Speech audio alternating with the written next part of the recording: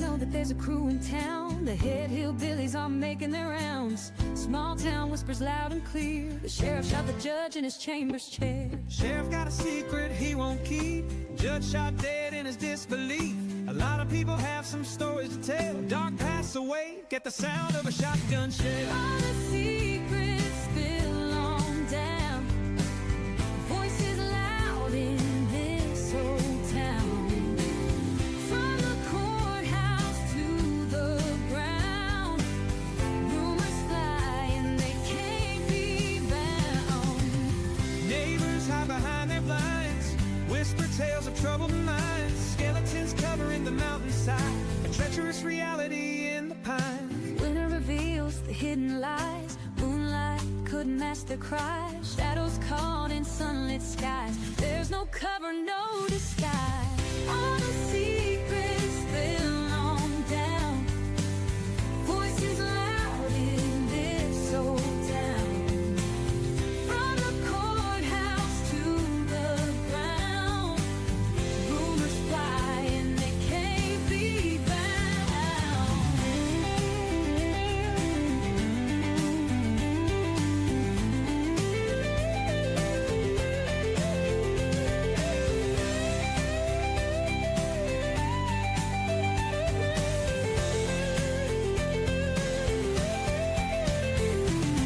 Winter reveals the hidden lie.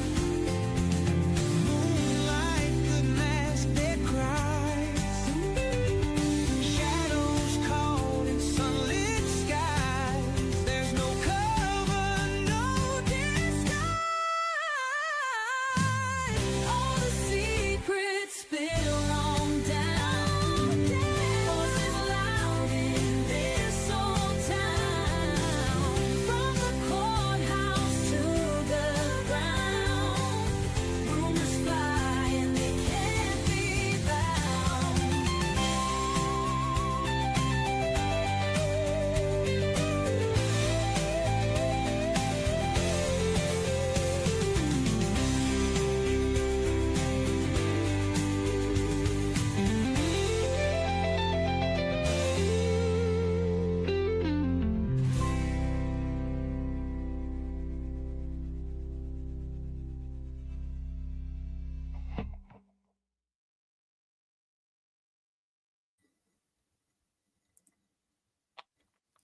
Hello, everybody.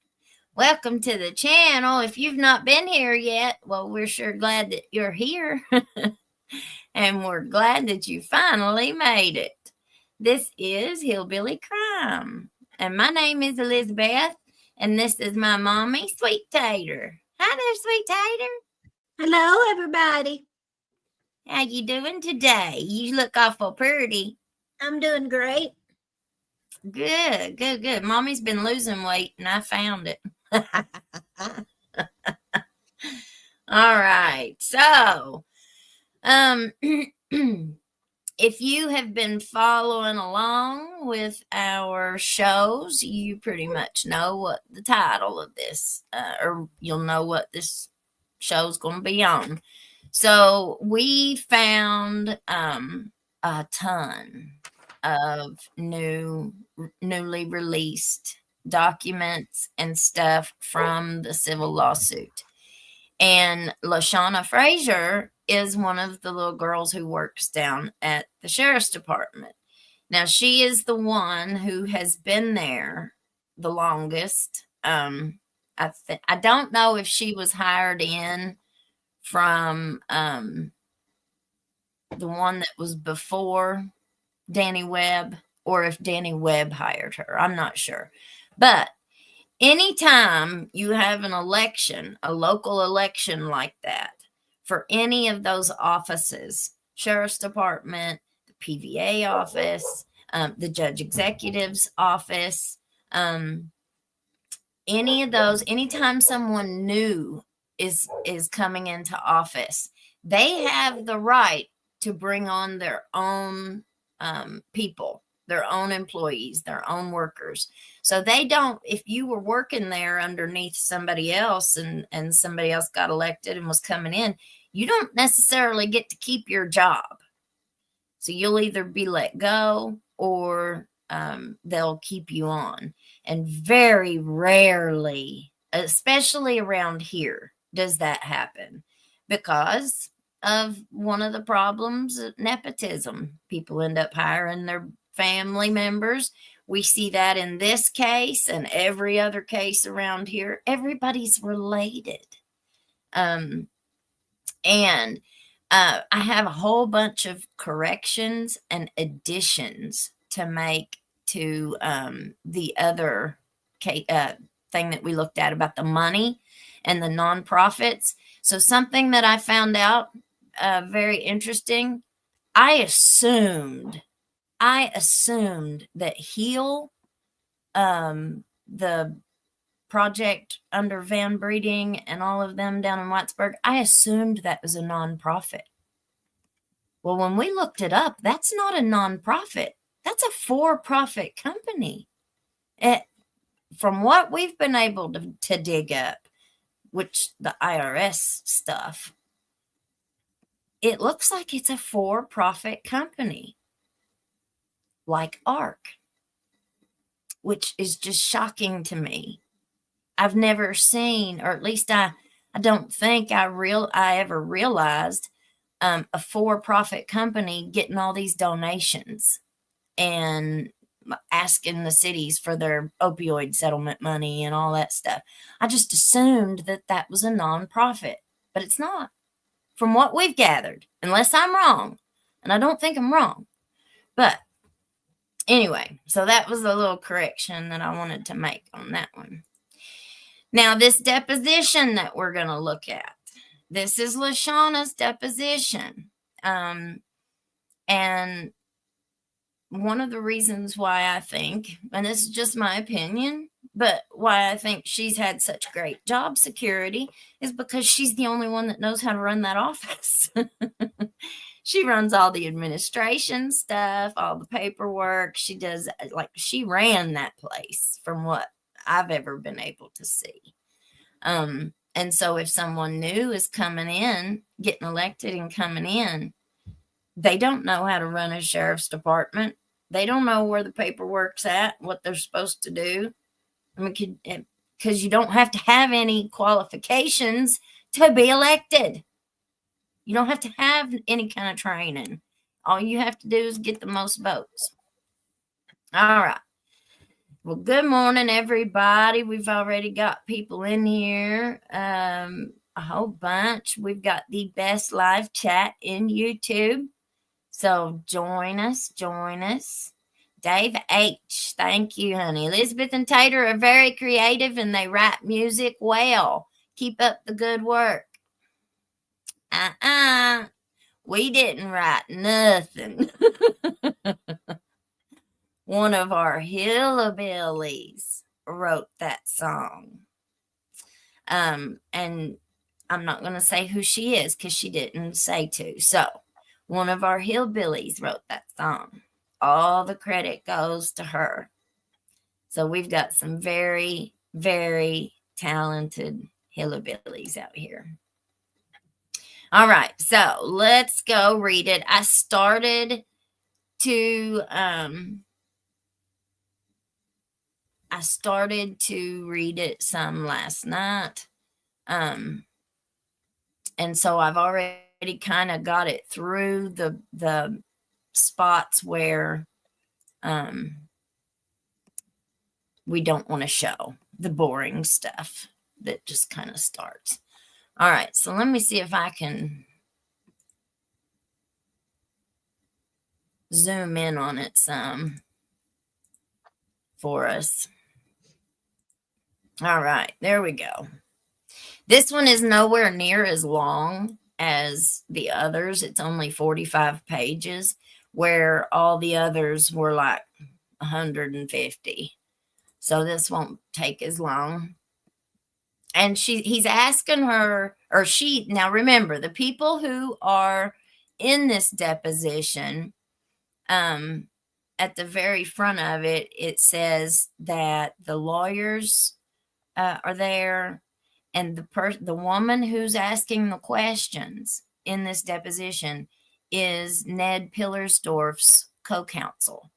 So it's a lawyer who works in his office. And the person who is answering the questions then is Lashauna. Okay. And so, okay, can you be, and then she's asking her where she works or where she lives. And the only other thing that I'll point out that we won't look at is that she asks her if there's any reason that she can't tell the truth today, the day of the deposition. And she says no, that she can tell the truth. All right. And can you be a little bit more specific where that is? Yes, it is right past the Parkway Motel. So that was very interesting to me too, because she lives down in that area of Letcher County, which is also where all three of those unsolved red rums, those women who were red rummed, all three of them live in that area. And Ben Fields lives over there in that area, that part of the county. That's all very, very close to each other. So I found that interesting too. We ought to come to Leon and live because we don't have none of them red rums. Well, no, that's not true neither. I think that one boy did that up in there, but okay. And you lived in Letcher County your whole life? Yes. What is your maiden name? Holbrook. Okay. When did you first start working for the Letcher County Sheriff's Department?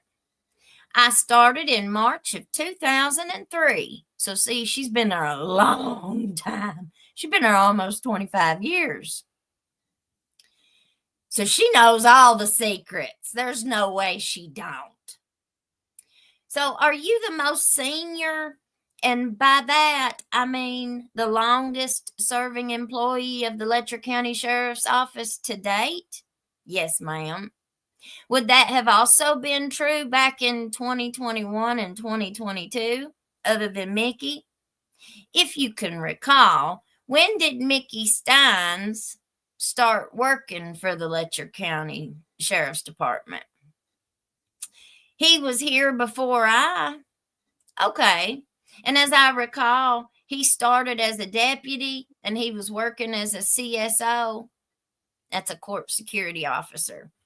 And so Mickey had been there longer than her because he got on way back in the day. So he's been there a whole long time too. So he knows where all the bodies are buried as well.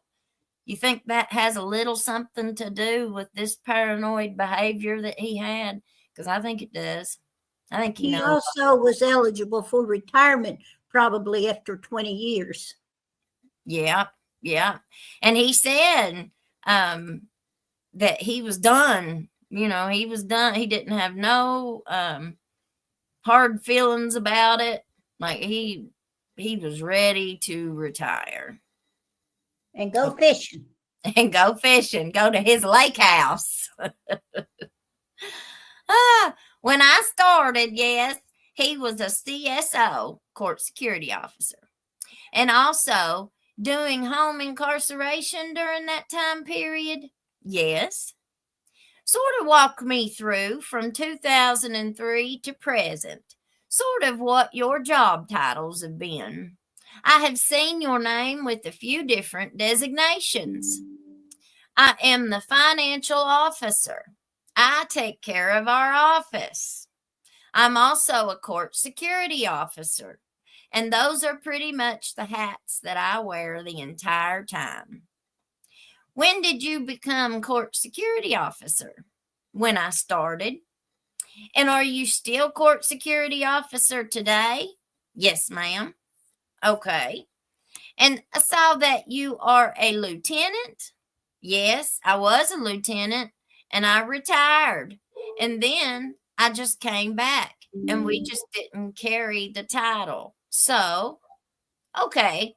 I also saw somewhere that you were a queen investigator. Yes, ma'am. What does that mean? The sheriff sent me for training for investigation for like horse cruelty and livestock cruelty. Wow.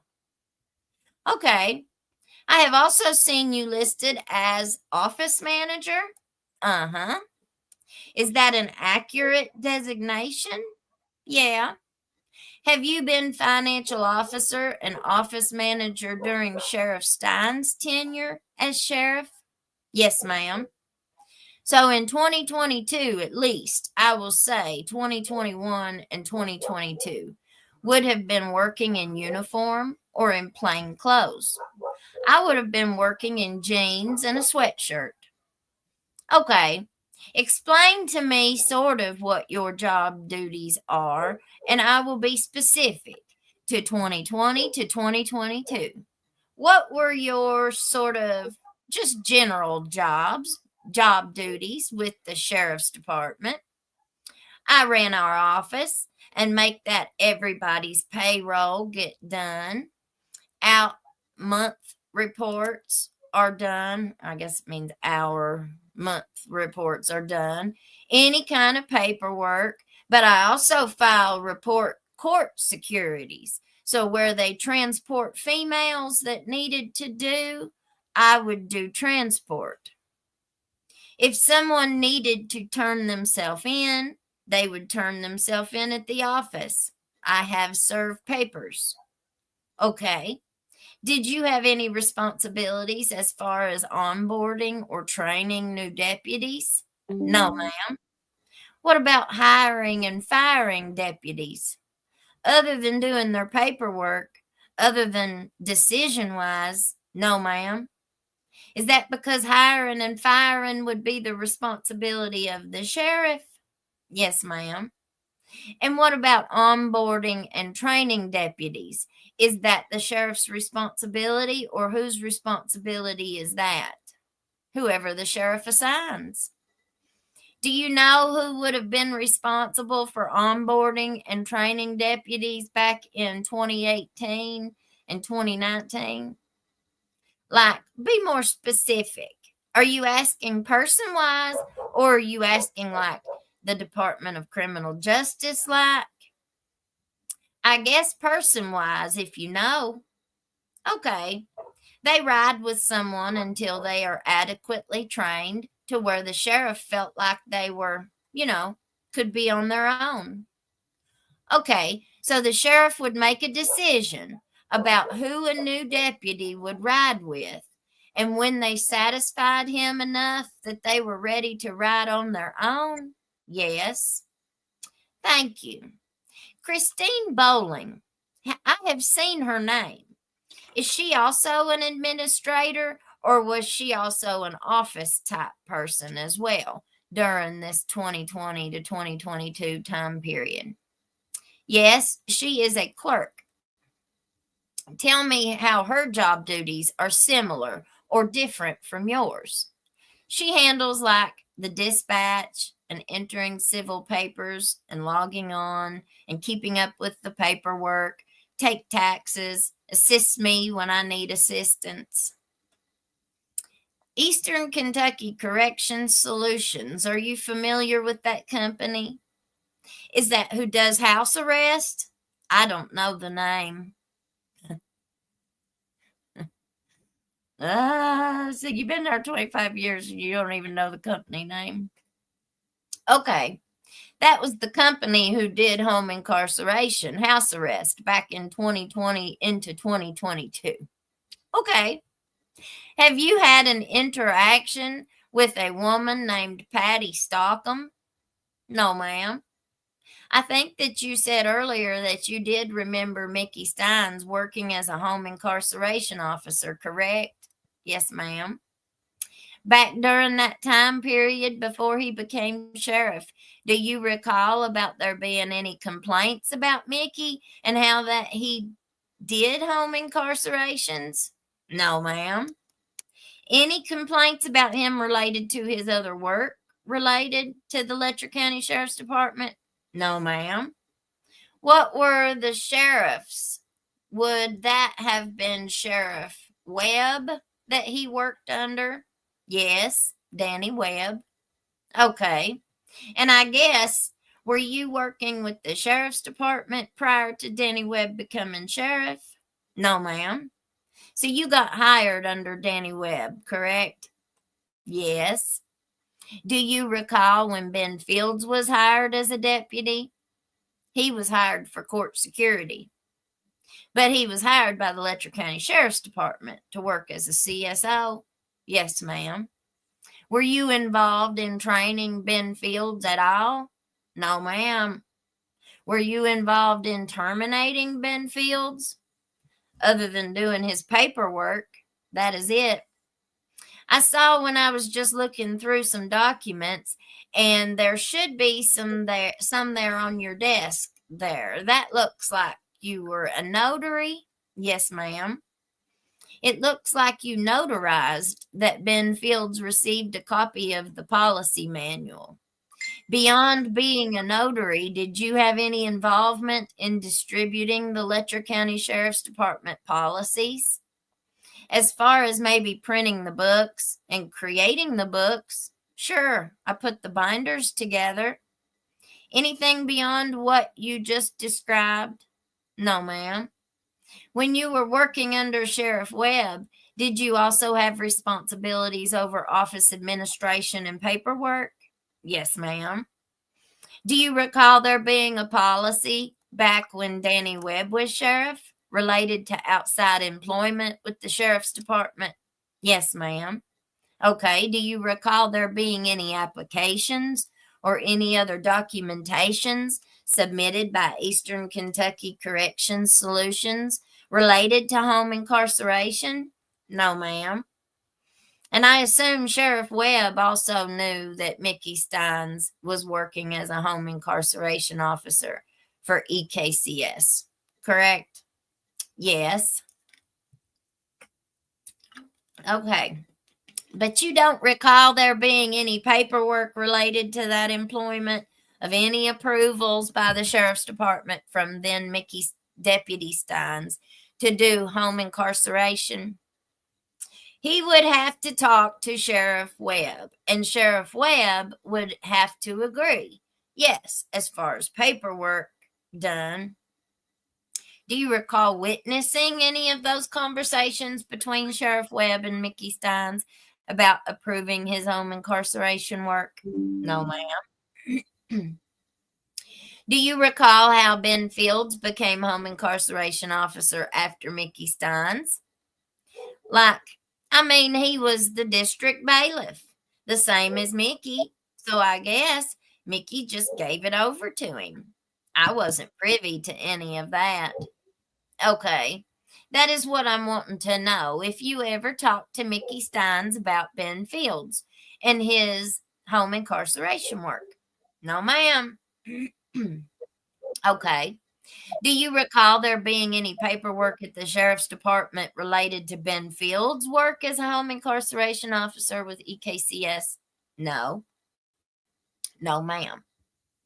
Do you recall there being any complaints made to the Sheriff's Department about Ben Fields and his actions as a home incarceration officer? No, ma'am. While you were aware of this complaint, the civil case eventually, correct? While you were aware of this complaint, this civil case eventually, correct? Were you? While you were aware. This grammar, whoever does these absolutely kills me. I don't know how you could get this in a court, and if it's worded incorrectly, couldn't you argue that that's not what they said, or that that's what they said? I'm just saying that if things are not in the correct context, it can mean something completely different. But okay, It'll be going to voice activation for long. Yeah. So I wonder if that's not what they did. So aside from that issue related to Jennifer Hill and Sabrina Adkins, Were you aware of any other persons on home incarceration who complained about Ben Fields? No, ma'am. And this is my point, too, about accountability and our jobs. Like, how many of us work at jobs where, there's a certain standard and your stuff has to be done correctly, right? Like, where's the proofreading on something this expensive? Number one, they pay a lot of money for this stuff. And just for the professionalism, but that's something that apparently just ain't a thing anymore. And this is just about a transcription. Imagine all the other messes out there. Okay. Are you on Facebook? No, ma'am. I noticed that. And I think that you must be the only person in Letcher County who is not on Facebook. Have you ever met Sabrina Adkins? No, not to my knowledge. No. What about Jennifer Hill? Do you recall a woman named Jennifer Hill? Other than the name, I wouldn't know. What about someone named Chris Triplett? Have you ever met Chris Triplett? Other than his name?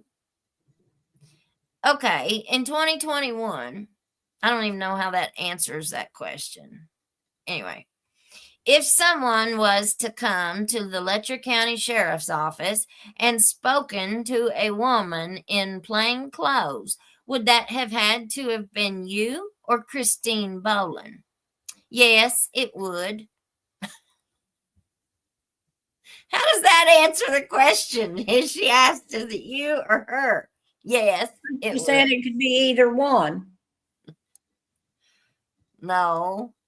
It says if someone was to come to the sheriff's office and spoken to a woman in plain clothes. So he's saying he came, he spoke to a woman.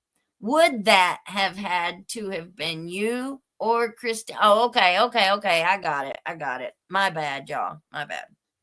Okay. Because you were the only two women working in the Letcher County Sheriff's Office in 21 who would have been in the office and in plain clothes. Is that correct? Yes. I missed that. Oh, that's Miss Baxter. I missed that. I object to form. If you want to clarify working, there are other people in plain clothes at the sheriff's office. Sorry. That was Mr. Shaw. That's one of the attorneys for Mickey or Ben or one of them. Or the ankle monitor company. Specifically about working in the Letcher County Sheriff's Office, and that would have been either yourself or Christine Boland, correct? That would be correct, yes.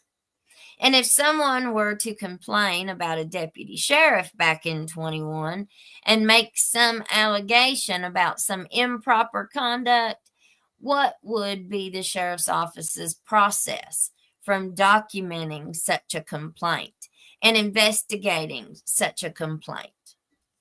If someone came in the office and made that kind of complaint, we would then wait and speak to the sheriff, and the sheriff and that person would meet. That's almost word for word what Mickey said in his. Okay. There would be no documentation related to that complaint. The sheriff would investigate and determine whether or not it would go from there. How many times has that ever happened? Can you recall a time during the time period when Mickey Stines was sheriff, when that occurred, when someone came to make a complaint and you directed them to speak to the sheriff? That is a broad question. But I was wondering, did it ever happen?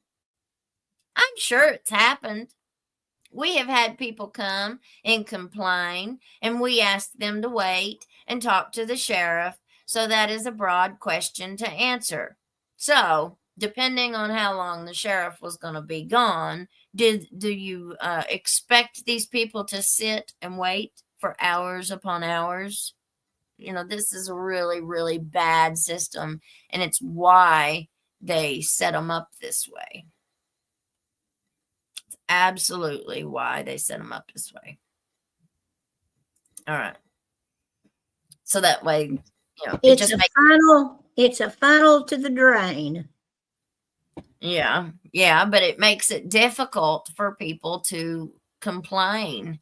I sent a complaint through an email to the state police post there in Hazard, and the captain then sent it to Edison Banks to try to prosecute me with it.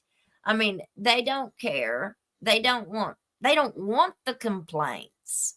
They don't want to have to take them. Okay. That's why I said it was the funnel to the drain. Oh. They just take the complaint and flush it down the toilet. Oh, yeah. You're right, Mommy. You're right. Sorry. Okay. I understand.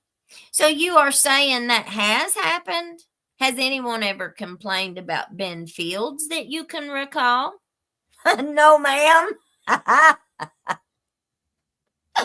What about James Norris? That's not his name. His name is not Norse. It's Norris. So that is a huge typo in a deposition. But maybe these depositions aren't as important as what I think they are, or what I think they would be. Okay. Has anyone ever complained about James Norris that you can recall? As far as giving you a specific, no. People don't like when an officer does something and they complain. So again, that is a broad spectrum to answer, because they don't never take any complaint serious. Oh, they're just a drunk. They're just an addict. They're a criminal. They're a criminal. When the real criminals are the ones with the handcuffs. We do, and I mean that facetiously, there's plenty on both sides. I was just wondering if you can recall, and I'm not asking for details, but if you can recall if there has ever been a complaint about James Norris. Sure. But you cannot recall any complaints about Ben Fields? Is that what I understood? Correct. Do you recall anything specific about any of those complaints about James Norris? I mean, James has responded to a complaint, and they didn't like the way the complaint went, and they come and complain. Really? I mean, it just gets worse and worse. I mean, that is a common occurrence. As far as someone not liking the way an officer responds.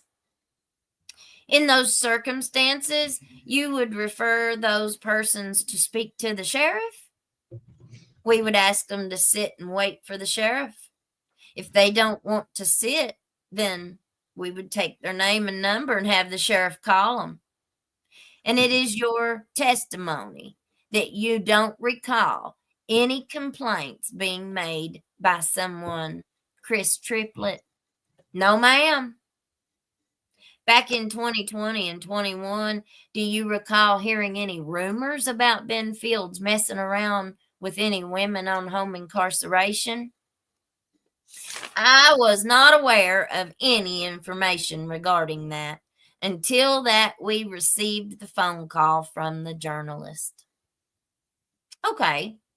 And I will get to that in a minute. I wonder who the journalist was. I wonder if it was old dude at the local paper. Do you ever hear any rumors about Judge Mullins having sexual relations with women in the court system? No, ma'am. You never heard any rumors like that? No, ma'am. You never heard any rumors like that? No, ma'am. She asked it twice. Did you ever hear any rumors about Sheriff Stines having sexual relations with women on home incarceration back when he was serving as the home incarceration officer? No, ma'am. Okay, let's talk about, and I believe it was on January 31st. And this next page in that stack there, do you recognize that? Uh-huh. Is that your handwriting? Yes, ma'am. Explain to me why you made this. I will call it a timeline as documented on this page. The sheriff asked me to. He sat in front of me and I dictated for him. So this document spanned from January 31st, 22, all of the way up until February 11th. Yes, ma'am. So that must have been when Mickey started keeping a timeline of things that were happening because of, and I'm assuming it was because of the stuff with Ben Fields and all that. So he was trying to get him something written down on paper. So did you write every word on this page on the same date? So they weren't doing it in real time. They sat down and tried to make it up. Is that what they're saying? I do not recall. So you might have worked on it cumulatively over a number of days. Correct. Do you recall being in the sheriff's department in the Letcher County Sheriff's Office on January 21st, 22, I guess, when a journalist called? Yes, ma'am. Oh, out of Lexington, so it wasn't the home newspaper. When I received the phone call, it was a journalist out of Lexington, advised that they wanted to know the allegations against Mr. Fields. I told him that I would take the message and have the sheriff call as soon as he got back. And that is exactly what he done. Okay. At that time, did you have a copy of the complaint, or did you know anything beyond what the journalist had said on the phone? Nothing beyond what the journalist had said. So they're saying they had no idea these allegations had been made against Ben until this phone call. Describe for me your exchange with Sheriff Stines when that he came back to the office. I give him the message and told him what the journalist said, and that is the gist of it. Okay, what did he do from there? He went back and talked to the journalist. So he called the journalist back. Yes. Were you in the room for that phone call? No, ma'am. He went into his office. Okay. After that, he got off the phone. Did he come and speak to you? He came back in. The dispatch then advised us what the allegations was, and that was it. The dispatch. Who is us? Me and Christine. Anybody else at the office? Not that I can recall. So where did the dispatch come from?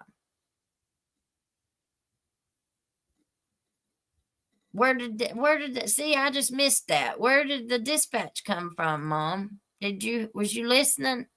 I was, and I didn't understand the dispatch. Who is the dispatch? The one that does the phone talking? I guess. Yeah. How would they know what the allegations were if they didn't? So read the sentence again. Her answer. Okay. All right. Were you in the room for that phone call? No, ma'am. He went into his office. Okay. After that, he got off the phone. Did he come and speak to you? He came back in. The dispatch then advised us what the allegations was, and that was it. Well, Who Sounds to is me like the dispatcher knew what the allegation was. Maybe she spoke, maybe they spoke to the dispatcher first. Well, it says he came back in. So, meaning Mickey came back in the room from being in there on the phone. The Yeah. dispatch then advised us what the allegations was, and that was it. Who Well, is the a dispatch knew what the allegation was, but they well, didn't. let's see if it answers the question here and the rest of it. Because she says, who is us? Now, if Mickey's came back in the room and dispatch tells the allegations, then wouldn't that be all three of you? But it says me and Christine. Anybody else at the office? Not that I can recall. Okay. I guess, what did he tell you to the best of your recollection? Maybe this will be it. That someone had made allegations against Ben. What did you all guys do? We didn't believe it. Describe to me your conversation between the three of you. Just that we were all completely surprised and just didn't believe it. So what happened next? At the end of the day, I guess that's supposed to be, or at home, I got a phone call to come back to the office to meet with the county attorney. And that would be Jamie Hatton. Okay, let's look back at your timeline that you wrote up here. So this looks like at 2 p.m., this reporter called and notified of lawsuit. Would that have been the original call to you, or would that have been the call to the that Sheriff Stines made back to the reporter? That would have been the call that Mickey made back to the reporter. And then it says 15 minutes. It looks like Sheriff Stines spoke to Ben regarding reporter info. Do you see that? Yeah. Did Ben show up at the office, or how did that go? No, Ben didn't show up at the office. Okay. What do you know about Sheriff Stein speaking to Ben Fields about this reporter's information? Other than he spoke to him, that is it. Would you have been in the office at 2:15? At 2:15, yes. Okay. And then it looks like at 4 o'clock, Judge Kraft and Robbie Kinzer with drug court regarding Brianna and Sabrina. Do you see that? Yes, ma'am. Were you at the office at 4 o'clock when Judge Kraft and Robbie Kinzer came? No. What time do you normally leave work? We leave at 4 o'clock. Did Sheriff Steins tell you anything about Judge Kraft and Robbie Kinzer coming and talking to him? No, like I said, I made it home, and then I got a phone call to come back because we had to speak with the county attorney. It looks like at 4:30, Sheriff Stein sent a text and spoke to it. Looks like Derek Sturgill with KSP. Do you know Derek Sturgill? I know his name, yes. Were you present when Sheriff Steins texted Mr. Sturgill? No. Then it says like at 5:45, the county attorney came to the office. Yes. Were you there when the county attorney showed up? Yes, ma'am. So you got back to the office before 5:45, correct? Yes, ma'am. I don't know if I asked, but I know that you said that you grew up at Crafts Collie, and now you live on 3401, right? What do you recall about the county attorney coming to the office and that conversation? The county attorney came.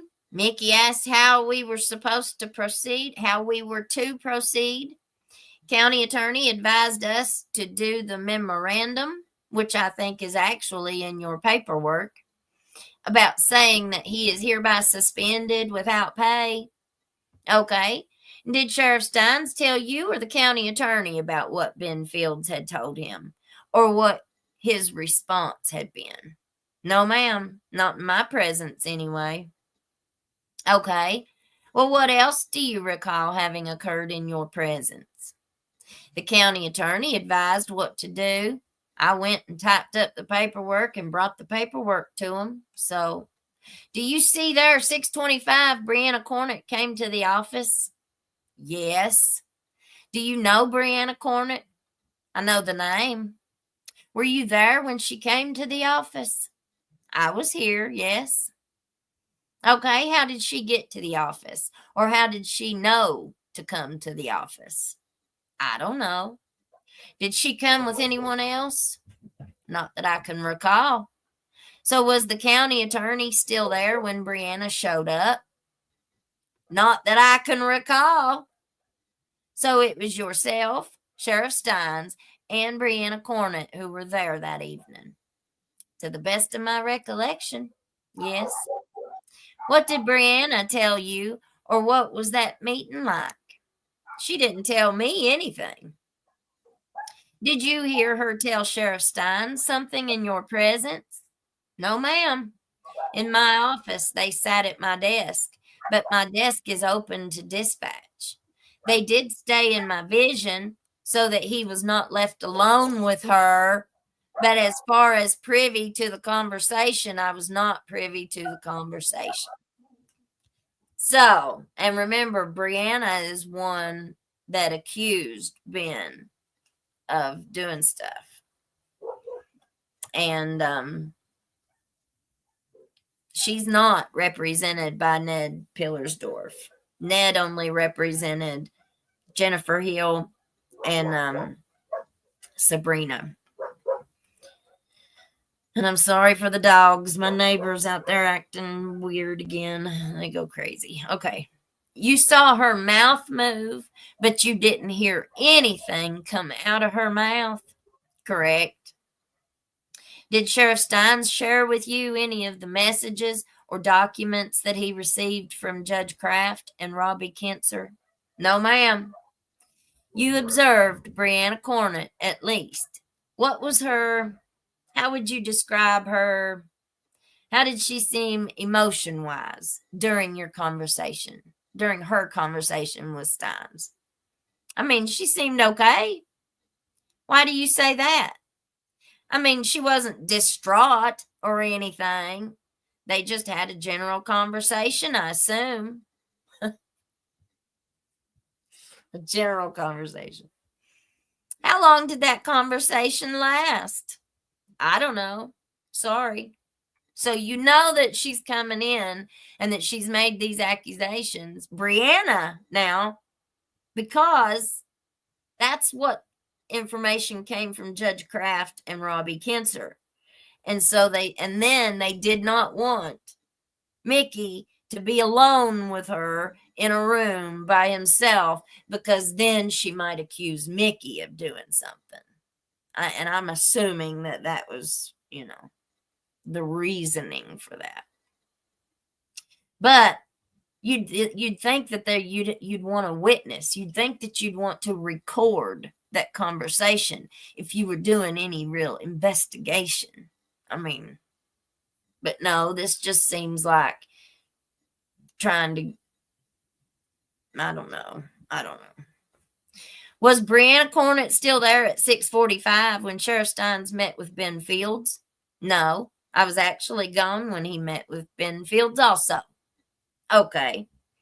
And I guess as you were dictating this timeline, did that happen on January 31st of 22? According to this timeline, yes. I mean, did you actually write these words on the page on January 31st? No. Told you.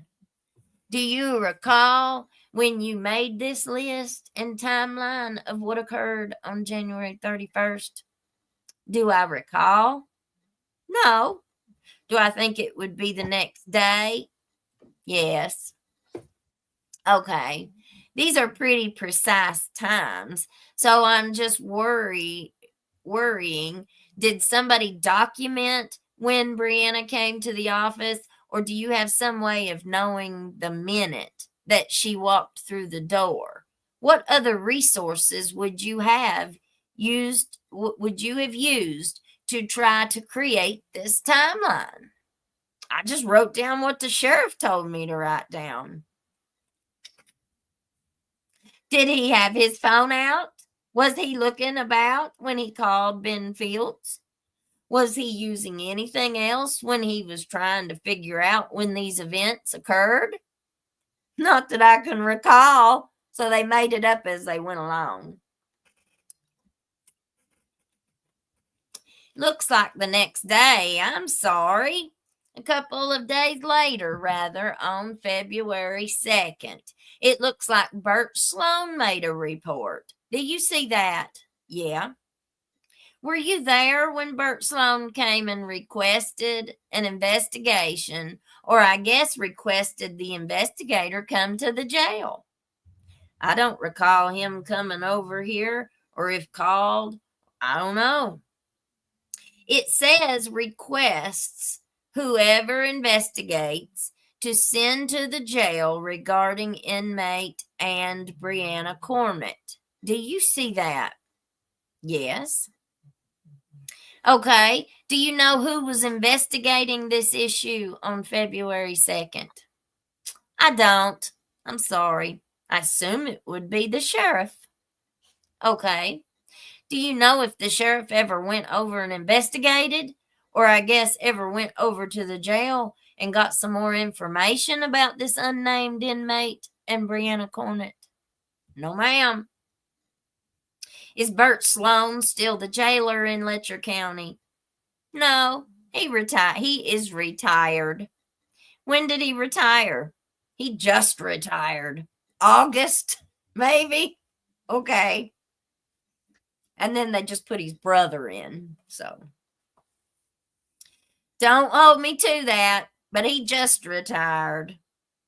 He retired like the month before the pew-pew happened. I understand. Or no, I think he was retired before that. Do you know why he retired? He had his time in. Lena Hensley. I see her name here. Do you know Lena Hensley? Yes, ma'am. Do you know anything about Ben's wife having spoken to Lena Hensley about Sabrina Adkins? No, ma'am. Oh, Ben's wife, Angie, spoken to Lena Hensley, who is also an employee at the jail. So she's a guard, jail guard or whatever. I guess you documented this February 2nd event because I guess based on what Mickey Stines told you to write. Yes, ma'am. Who was he preparing this timeline for? I don't think he was necessarily prepared it for anybody other than himself. Well, in Sheriff Stein's deposition, he referenced having an episode around this time period. Do you recall him ever telling you about episodes? He had a flea bite. Not a flea bite, sorry, but a tick bite that caused him to have what he would call episodes. Yes. Was this the first time that he had one of these episodes?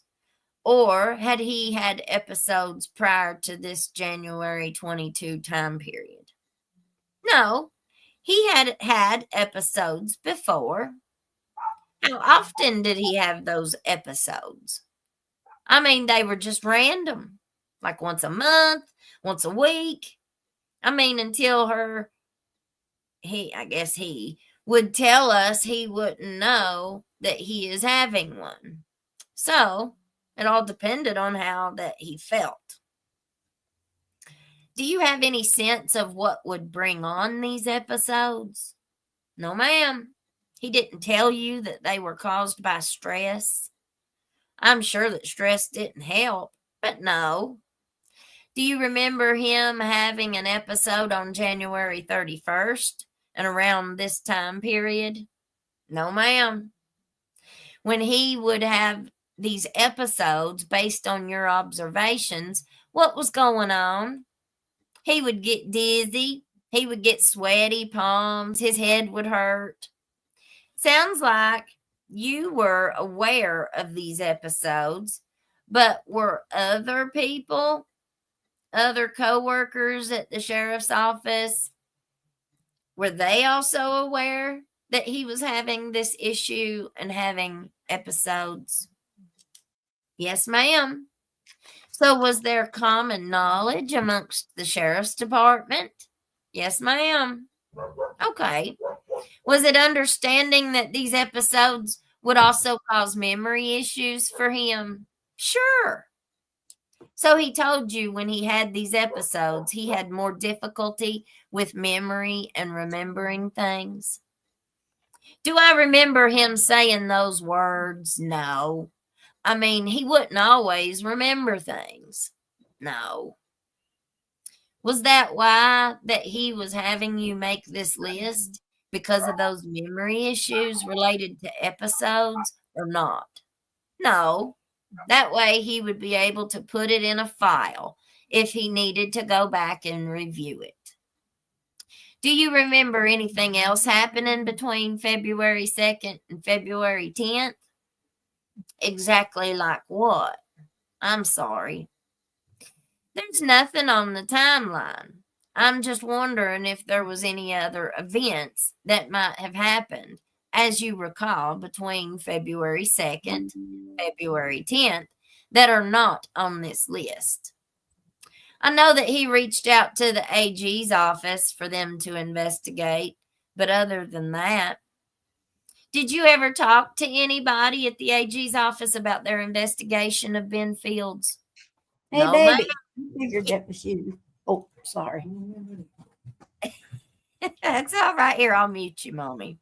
Okay. Yeah. There you go. So that's very interesting.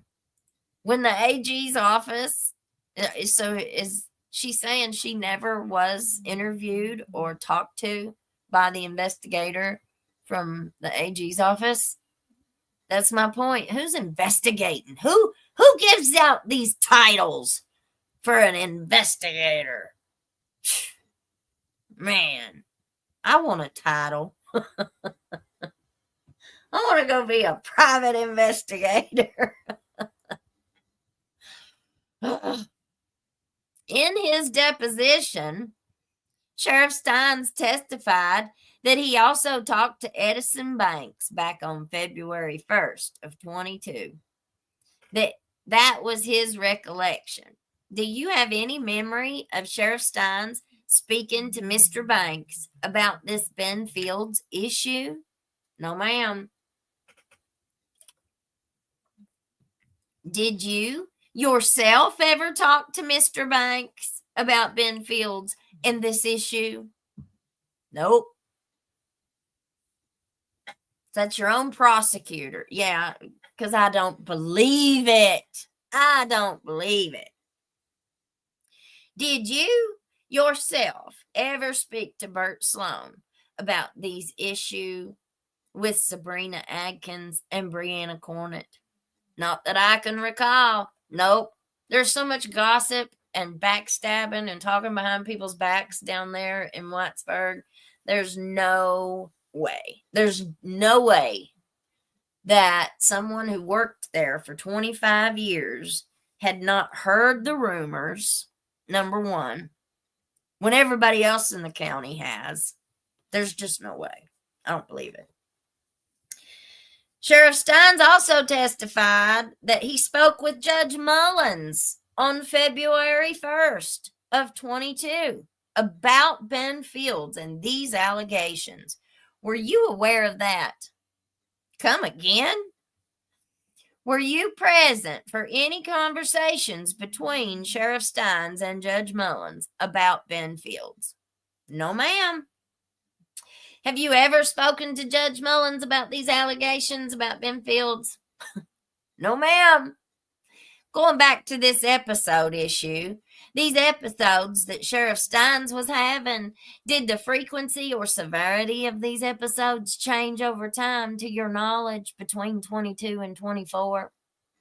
They were random. They were not like a consecutive order, or you didn't notice them getting any worse over the years?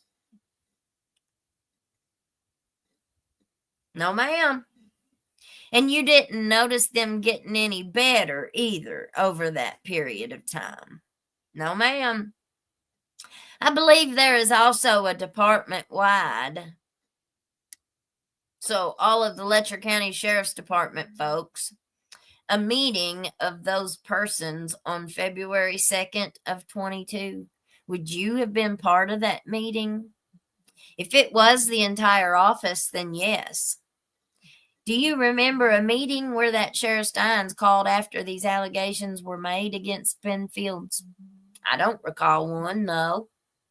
Sheriff Stines gave a deposition in this case on September of last year. Did you talk to Sheriff Stines about his deposition before he gave that deposition? I did know that he was having a deposition. He asked us to pull the case file. I pulled the case file and gave it to him, and that is the gist of it. What do you mean by case file?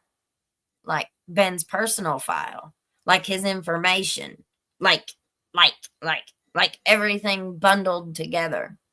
Okay. Did you pull that for him? Yes, ma'am. And did he review it to your knowledge? He took it with him.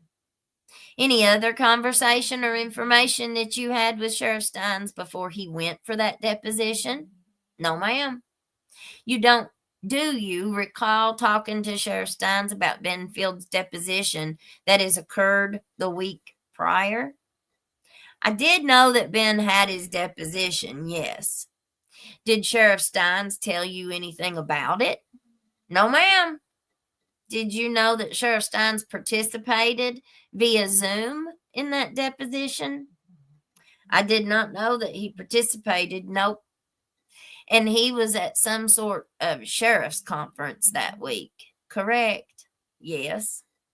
So it is your testimony that you never spoke with Sheriff Stines about Benfield's deposition. Correct. Was Sheriff Stines' behavior different in any way based on your observations after that he came back from that sheriff's conference? That is a really bad time, so I don't really know how to answer that question. What do you mean it was a really bad time? Well, that was right before everything happened. So this deposition was just taken January 15th, 2025. So this was after Mullins was pew-pewed. Well, I would like to hear if he was behaving in any way that was noticeably different for between the time that he came back from that conference and the time that he gave that deposition. I would say that his anxieties were really high, I guess. Did you talk to him about his anxiety? Yes, I did. Did he tell you why that he was anxious? I know that he hadn't slept. Okay. Did he tell you why that he hadn't slept? He was just really anxious. Did he tell you, or did you have any reason to know that he was so anxious? Do what? I'm sorry. You glitched. So this must not have been in person. Did you have any reason or any information about why he was so anxious? I mean, I don't have any information on that, no. Do you have any reason to believe why he was so anxious? When he would go to the conferences, they go over policies, they go over manual, everything like that. So he is always, so it goes in one ear and comes out the other, because they didn't apply any of that stuff. And that was on a regular practice. When he comes back, he is always stressed, like trying to implement the new rules, new regulations, only it is a very stressful time for him. So we just assumed that was all related to his conference. Added the stress on top of this deposition. Absolutely crazy. Jeez.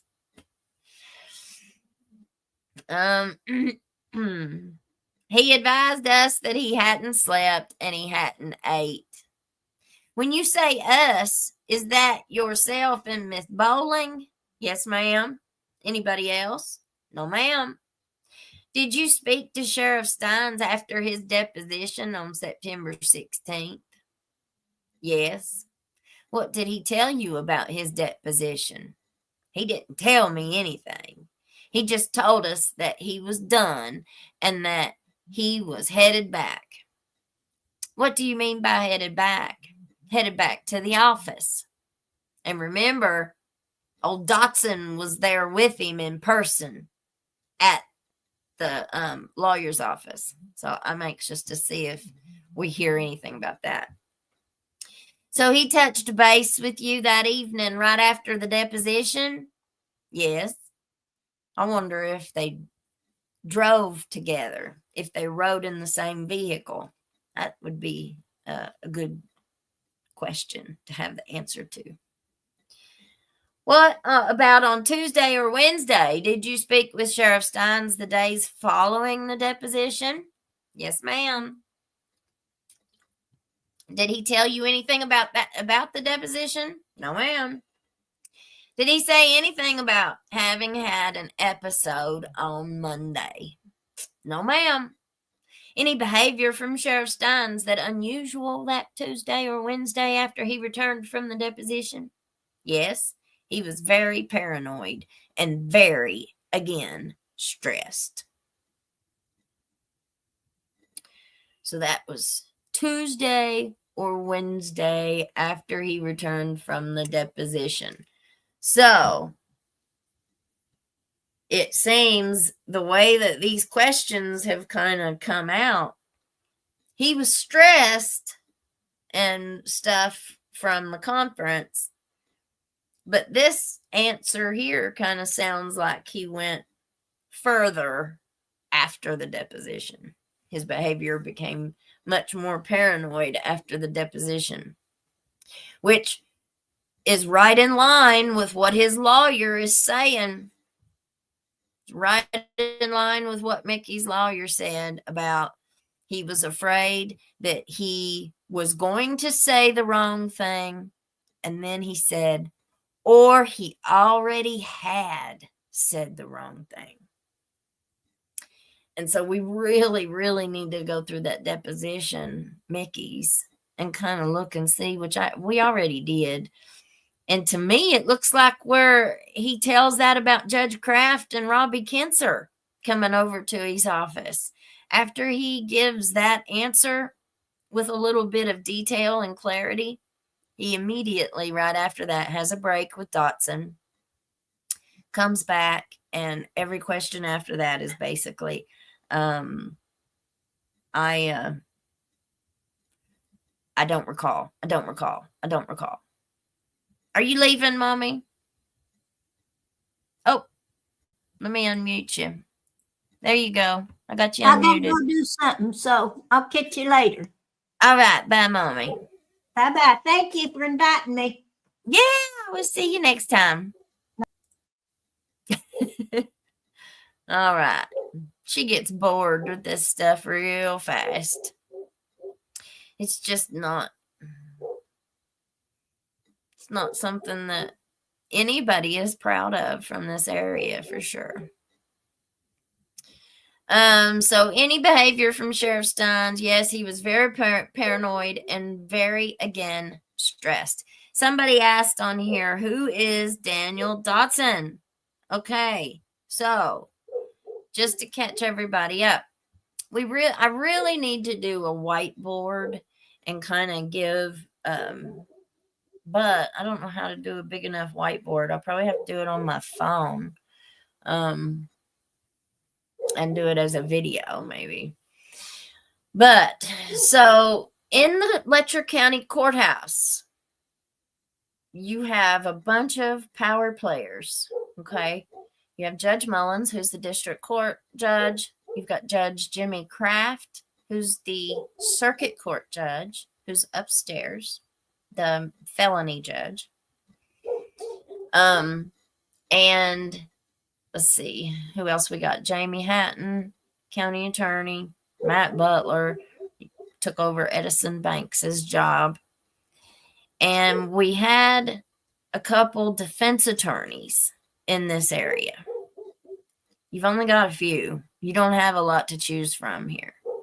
Now, Matt Butler, who's now our Commonwealth attorney, he used to be a defense attorney. And then you have Daniel Dotson. Daniel Dotson has been a defense attorney in this area for decades and decades and decades. He is like in his mid-70s now, I think. I saw on a thing he was like 73.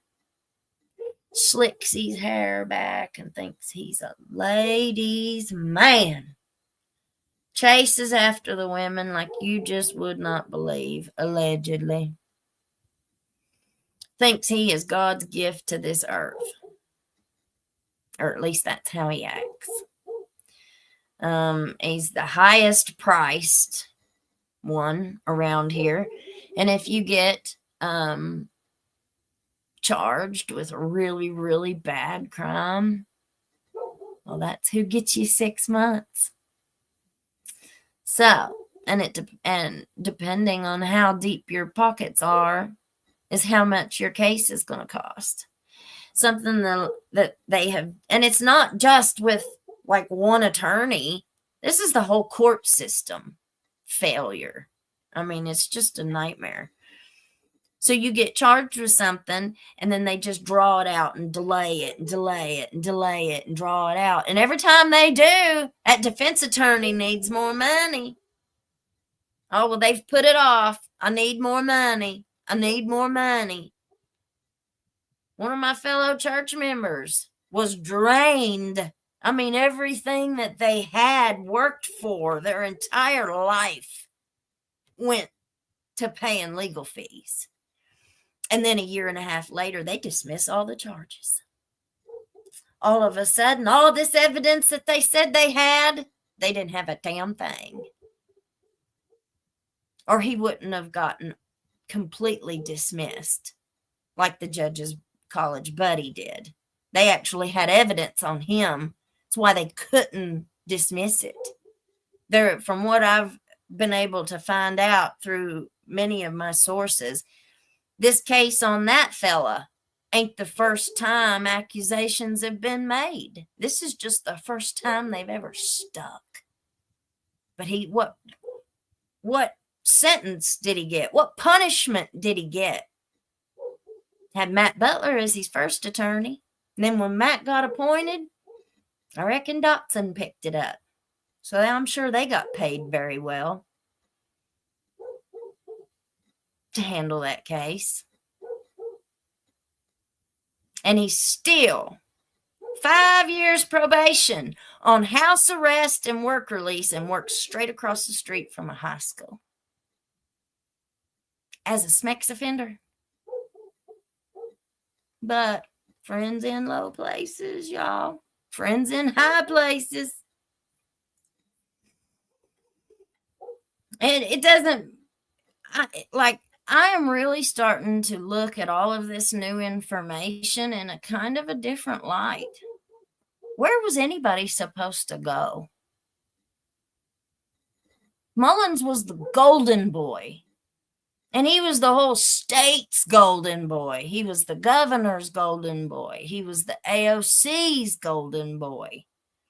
He'd put that pilot program out, you know. But some people are like, oh, it was Judge Mullins. Put him up on this big pedestal. You know, he's the god of recovery in the court system. And There was a whole lot of people under him. A whole lot of people working under him who put these programs, actually put the programs together and ran them, you know. I mean, he was just the one with the decision and the gavel. You know, he was able to But what was the intent? What was the motive to do all this? It might have been, intentions might have been good in the beginning. And I'm sure they probably were. But I've always heard a little thing about good intentions. Y'all know what that saying is about good intentions?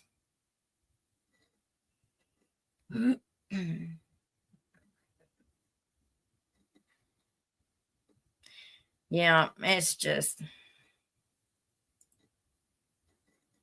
And everybody knew this stuff. Like, people knew. You can't tell me that the people in the upstairs didn't know what was going on downstairs. Judge Jimmy Kraft's dad is the old man in the picture that I posted. He was like, I don't know, 70 or 80 when he married a 20-year-old. You know, like, he used to be the prosecutor years ago, was disbarred, got his license back immediately after they gave it right back to him. I don't even know why they bothered taking it in the first place. And, you know, it was just a big old scandal. That whole mess, their private life was just a big old scandal. And then afterward, you know, you let they let the dust settle, and then they take off out and shove it in everybody's faces, you know, daring anybody to say a word. Like, nobody's going to say anything to your face. But most everybody was disgusted. You know, and she's mayor now. He passed away and she became mayor, a beauty queen. And there's a whole lot of people think she's doing a great job. Well, where's all the, you know, we ain't looked at the documentation yet, you know, because what we looked at the audit for Letcher County. We see the deficiencies in the Letcher County Sheriff's Department over the years, the financial deficiencies. So who's running that paperwork? Who's doing all the admin stuff? Why is there so much money missing? Or where's it at? There have been several. It's said on the news. Evidence, money, stuff wasn't accounted for.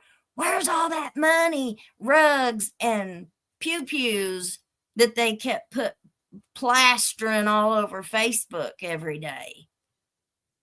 That was a lot of money. That's a lot of rugs, and that's a lot of weapons. Where'd they go? Where's the paperwork that shows where they went?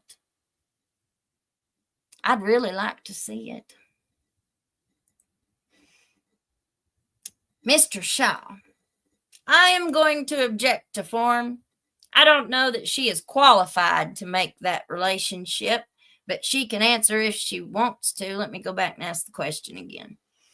Did you have any reason to attribute that paranoia and stress to the deposition and this lawsuit?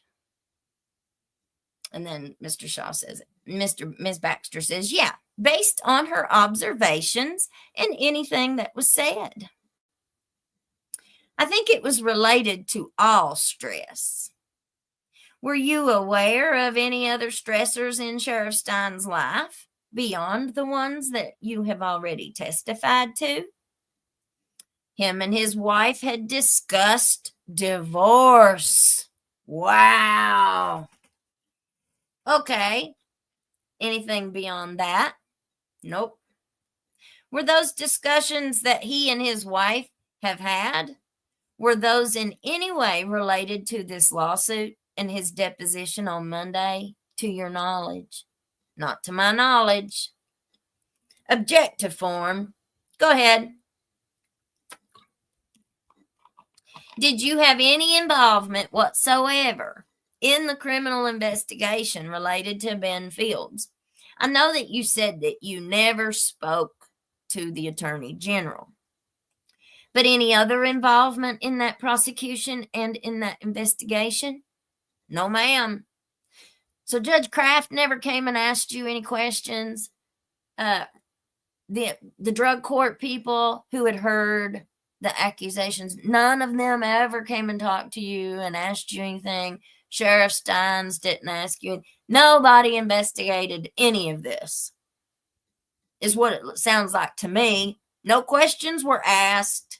They was all just, here. What do we do, Jamie? What do we do, Jamie? County attorney. Did you see Sheriff Stines on Thursday of that week? The day of the pew-pew? Yes. Were there any discussion between yourself and Sheriff Stines on that day about this lawsuit or his deposition? No, ma'am. Did you turn a telephone over to the investigator who were investigating the incident on Thursday? No, ma'am. That's what I heard. I heard it was Bolin, the other girl. And do you have any reason to believe that this pew-pew on September 19th of 24 had anything to do with this lawsuit or the allegations made by clients in this lawsuit? No, ma'am, Ms. Baxter. I think that is all I've got. Give me 5 minutes to collect my thoughts and come back. Back on the record. I want to include this timeline that Ms. Frazier said that she wrote out. I want to put that as Exhibit 1 to her deposition. That is the only exhibit that I'm going to include for her. And just to make sure that we got it all, Ms. Frazier, is there any conversations that you recall having or being aware that I will say being related to Ben Fields that are not documented on this timeline that would have occurred during this time period? Mr. Shaw, are you talking about involving this case? I was trying to run that in. Sorry. We will start here. There are certain events documented on this page that you wrote down at the request of Sheriff Stines, correct? Correct. Are you aware of any other relevant conversations or events that are not listed on this page, but which also took place during this January 31st, 22 through, I will say, February 30th, 22, time period related to Mr. Fields? Will you repeat that again one more time? We talked about the events that are on this page from January 31st through mid-February of 22, correct? Yes. And I know you wrote this time down at Sheriff Stines' direction, right? I guess it meant timeline. Correct. Are you aware of any other events or happenings that occurred during this same time period that are not reflected on this Exhibit 1? Not that I recall, no. That is what I was trying to clarify. That is all I have. Mr. Williams. Ma'am, my name is Jason Williams. I represent Ben Fields and don't have any questions for you. Thank you. Mr. Shaw. Of course, no questions here. Thank you. And that is the end of Lashauna Frazier's deposition. What stuck out to you guys? What stuck out to you guys? Ms. Dorothy, I'm beginning to see a pattern. When a position becomes available in the county, no matter if it's a lowest, middle, or larger one, The more unfit someone is, the more likely they are to be hired. And they just move them around. Like this Christine Bowling, the other girl, not the one who we just took the deposition or read the deposition for, but the girl who like assists her, the clerk, she came out of the judge executive's office under Jim Ward. So I don't know if she was kept on when Terry Adams came in, or if she didn't work for Terry in that office. I don't know. I don't know if she started working there right after. She very well could have been moved over there right afterwards. But I was told, I've got a couple sources. One of them worked with her, and not through that office. It was through another organization. And they said that every time they worked with her, she just made everything difficult, allegedly. And it was just a hard time. And, you know, you got to be able to get along with people. I mean, even if you got to be able to get along with your coworkers. But a lot of times they don't. They just behave however the heck they want to, do whatever they want to, and who's going to say anything? So I've got a ton of documents that are new related to this case. I've got all the Facebook memes, and I went through them last night, and they're so vulgar I can't even show them. I can't even put them up here. We can't even go through them. And it was through the Facebook Messenger. I mean, Lashauna's the only smart one of them all when it come to that, not having a Facebook. She's learned her lesson probably a long time ago. Because remember, that's what I said. Anytime something happened, people just reach out to Mickey on Messenger. Imagine. He said how many phone calls he had. I'd say he's probably combining that all different platforms. But she was smart about that, not having a Facebook. Man. It's just unbelievable. And you got to be able, you know, like if you're in a position like a judge executive, and then you've got all these magistrates, and you know, like they hired this company to come in after all the flooding. And I heard them in that special meeting. They were like, somebody said, well, why didn't that money go? Why didn't that job go to somebody local? Why did you have to get somebody from like Lexington, somewhere else, and bring them in here that's not even from here? And one of the magistrates said, because there ain't no local companies who offer all the services that they offered. Well, what services are you even talking about? So you couldn't have hired, even if it wasn't just one person, you couldn't have hired somebody local for all of the needs that were needed.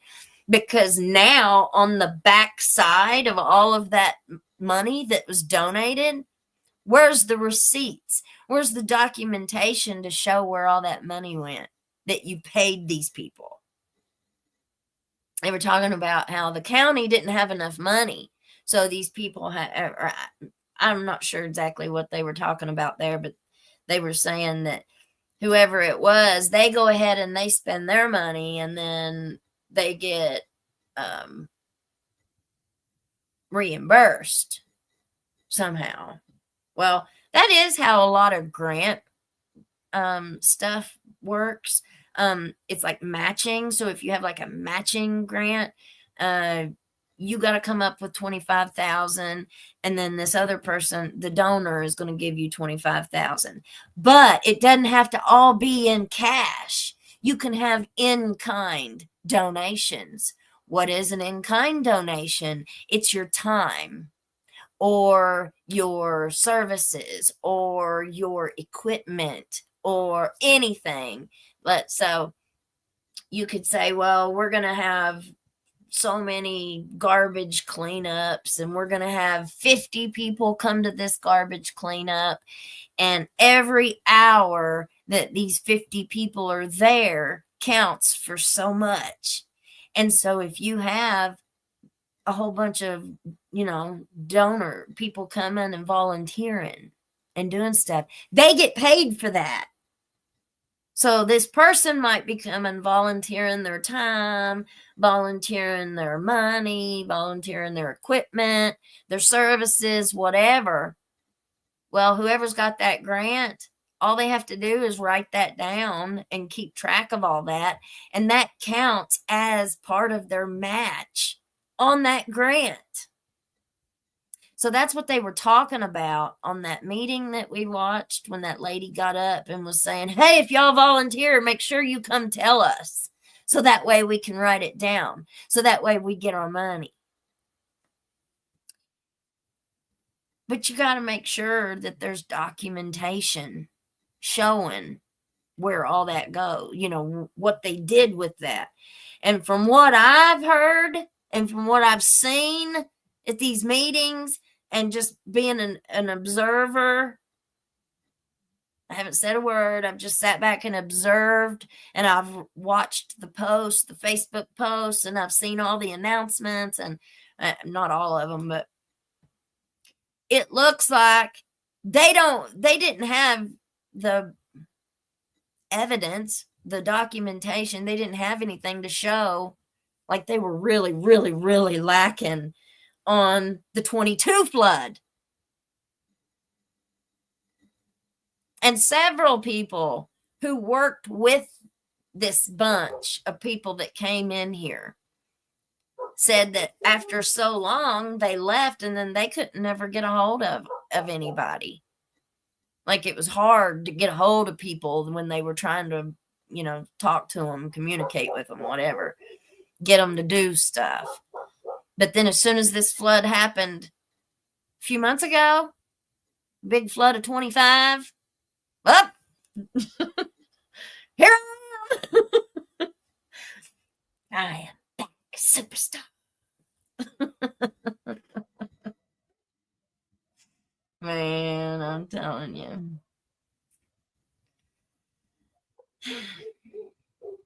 You have to then be able to delegate.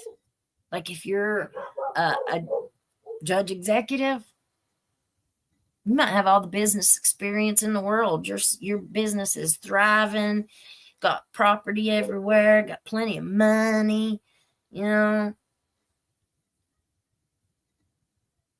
But it's a different thing when you're trying to run a county. And there's so many different districts, and you got to keep up with all this stuff. That grant stuff is way different, y'all, than a regular business. It's way different. And like I said, if you just look at paperwork and you're not trained, you don't know what you're looking for, you don't know what you're looking at, you might sign your name right on there, give it a great big old check mark. There you go. Looks good. Thank you for all your hard work. Can I help you as you rob me? Can I help you carry it to your car? And I just mean that in a general sense, too. Oh, man. That's how a lot of stuff goes. It's how a lot of white-collar crime happens. But it's one of the least recognized, counted, prosecuted, sentenced, steal $25 million, and you might serve 10 years. Maybe. Might get probation. You might get house arrest and work release. It's just unbelievable. So far, we're only seeing the court systems. This corruption is being exposed in Massachusetts and Indiana. RJG. There is a difference between actual knowledge and rumor and gossip. Yeah, there is. There is. But if you're hearing a whole lot of rumors about somebody sexually abusing people, I think it's your duty to investigate. Doesn't mean that they're guilty. But if you've got an employee that you're hearing rumors about something like that, is that your first thing? Well, that's just a rumor. That's gossip. I'm not even going to look into that because I don't believe it. That's what it looks like happened. You know, I think a whole lot of people don't think they ever did anything wrong. I think this stuff has been going on for so long, and doesn't matter. Do as I say, not as I do, right? Doesn't matter if we got policies. It don't matter if we got a policy manual, and I'm gonna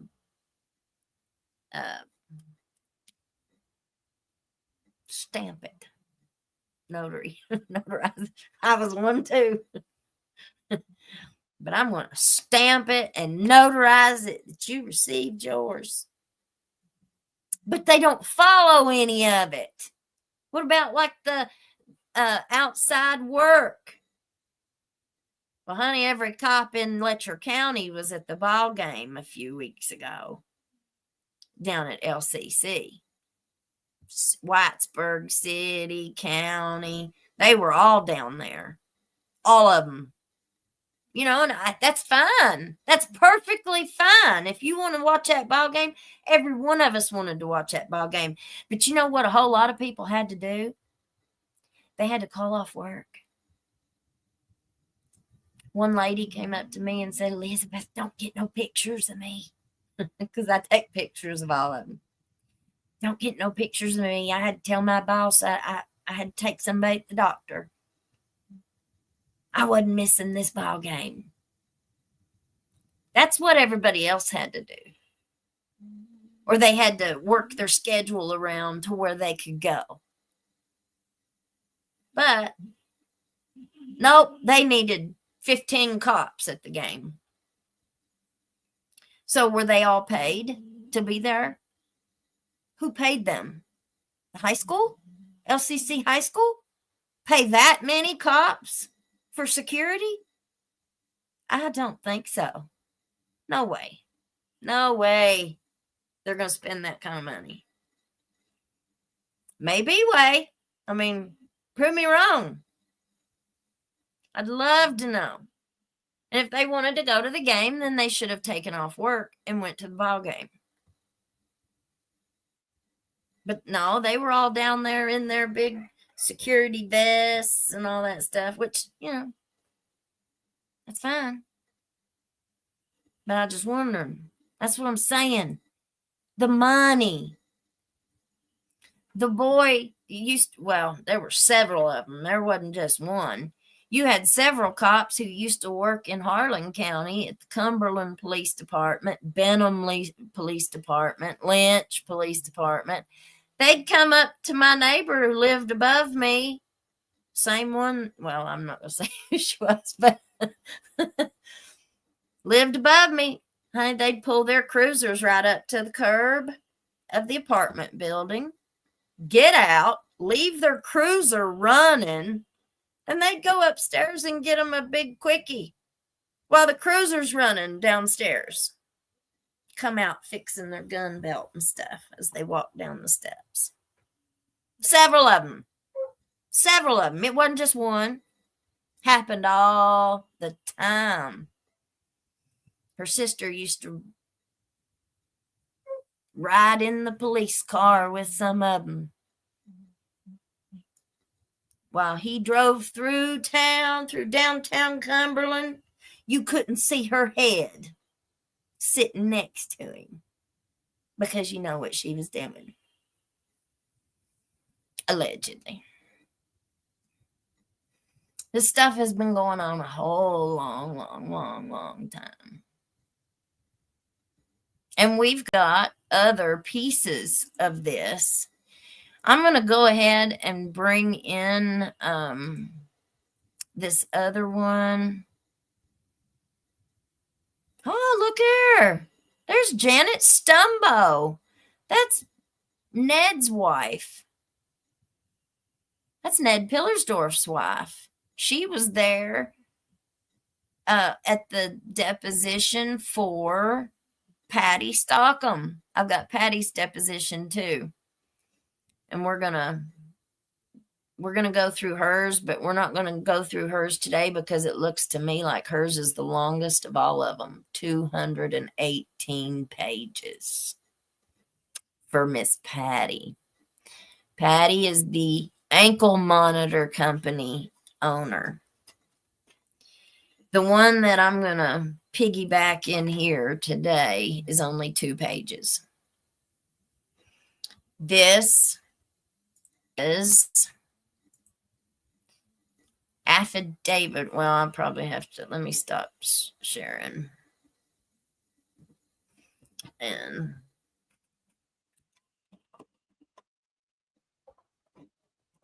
Bug, what's a big quickie?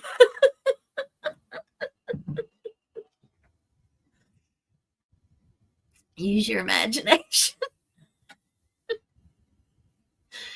Use your imagination. They weren't there to play checkers, though. They weren't there to play checkers.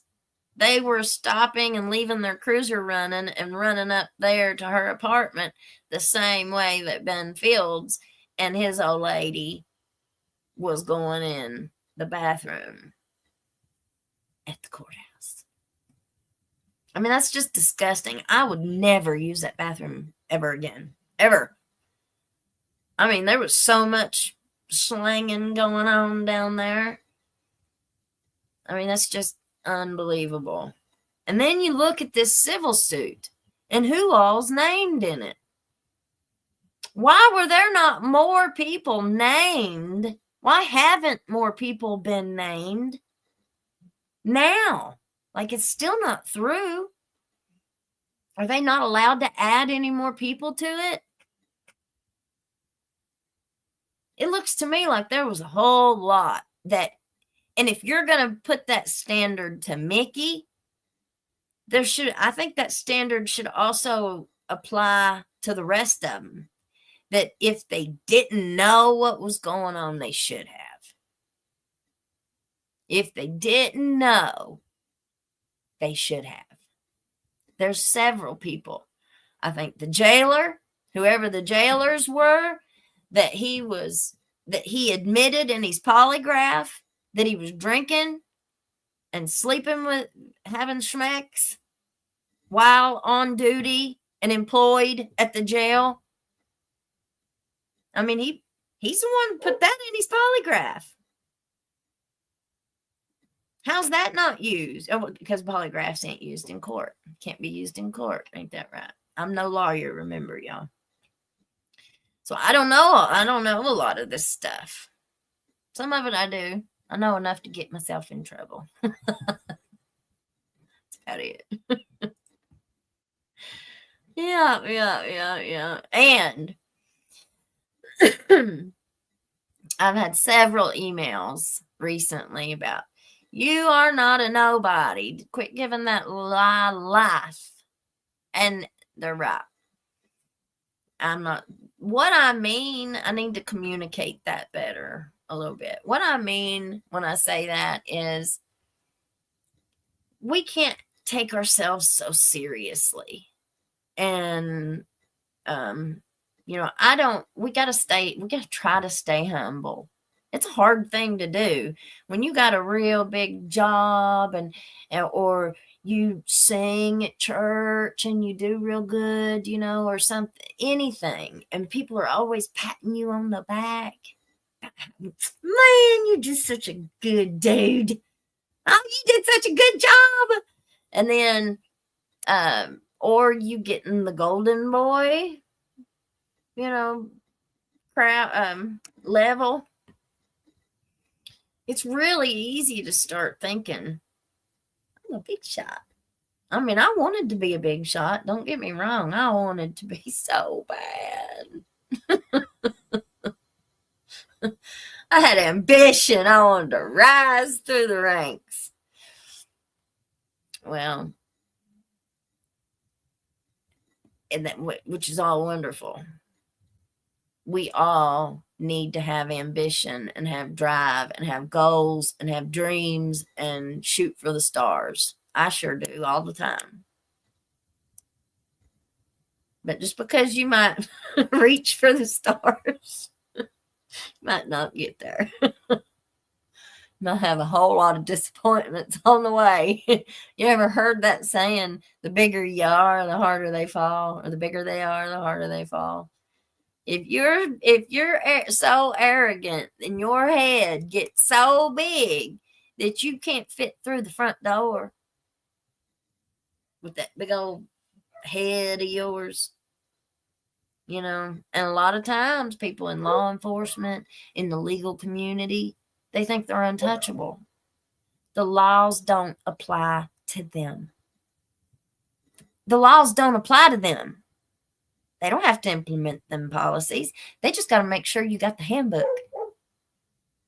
They got to rubber stamp it. Make sure you got your copy. But we're not going to enforce it.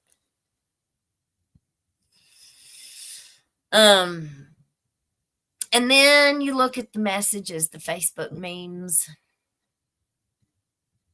This is who was running around our county with handcuffs, a badge, and a pew-pew.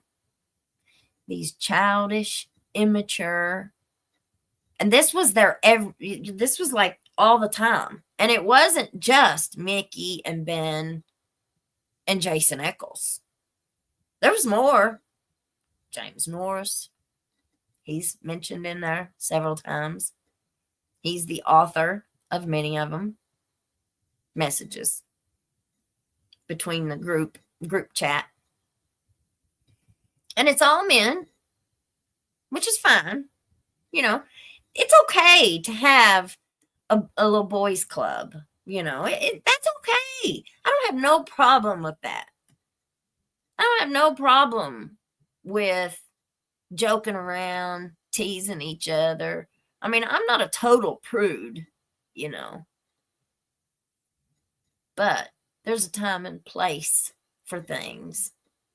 And I understand if you're a sheriff and you're on duty or on call 24/7. Perfectly understandable. But there has to be a separation there. And you remember where we heard that word before? It was in the audit. Separation. There needs to be a separation of duties regarding all of this stuff. The money. And it was every year after year after year, it was the same thing. Same thing. All right, let me pull this up again. Sorry, y'all. I got off on a little tangent. Happens sometimes. All right. This is the affidavit of Chris Triplett. Chris Triplett was the boyfriend of Jennifer Hill. So he is the one who went in and complained and gave the complaint about Ben. Let me, all right. Comes the affiant, Chris Triplett, under oath and for his affidavit, states as follows. The affiant states that he is 59 years old and resides. Okay. The affiant states that he is the fiance of Jennifer Hill, who resides with affiant. The affiant states that in or around December 2019, so this was, 2 years before before the investigation was into Ben. So that's a big point of context there. So he was trying to do this complaint for a long time before this. Wow. I don't know why I'm surprised. All right.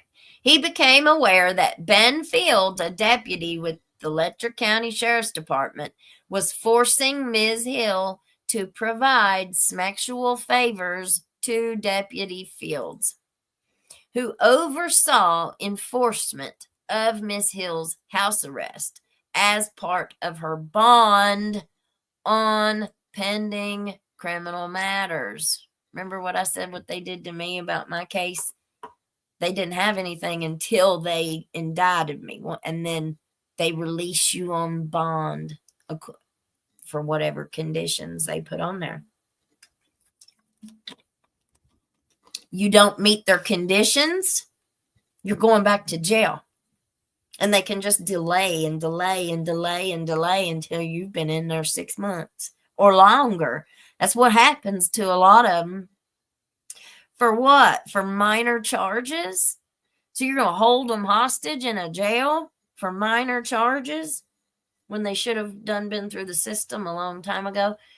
I mean, I don't see how this stuff is allowed. It's not just one thing. Like, there's so many things wrong with this. The affiant states that sometime during Miss Hill's period of home incarceration, affiant became aware that Deputy Fields parked his cruiser behind the home of affiant and Miss Hill, told her, "If you don't do what I say, I will put you back in jail," and commanded her to perform oral schmecks on him and his cruiser, which she did. The affiant, which is Chris, further states that Deputy Fields returned several days later and commanded Ms. Hill to submit to sexual, the act with him under the same threat.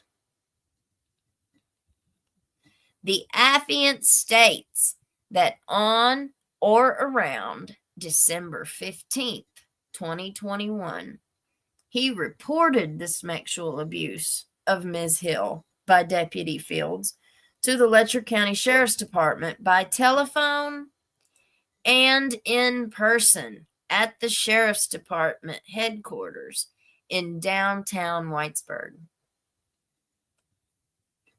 Let's see. The affiant states that after reporting Deputy Fields' misconduct to an unknown employee of the Letcher County Sheriff's Department, the unknown employee laughed at him and refused to file a report regarding the misconduct. The affiant states that in response to him reporting Deputy Fields' misconduct, other Letcher County deputies began harassing him. This harassment included pulling over affiant's car 3 separate times for no legitimate reason within an approximately 12-hour period immediately following affiant reporting the misconduct of Deputy Fields. On one of these pullovers, affiant states that a deputy followed his car into an extremely remote area at dusk, made him get out of the car and strip down to his underwear, performed a warrantless search of the car without affiant's consent, and made affiant fear for his life. Affiant believes these tactics by the deputies were meant to humiliate and harass him in retaliation for reporting Deputy Fields' conduct. You know what that reminds me of, y'all?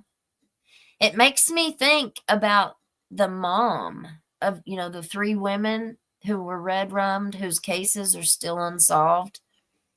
So the one the daughter was unalived, and the mom went on her own investigation. She was telling everybody, don't even go to the police because they're not doing a damn thing.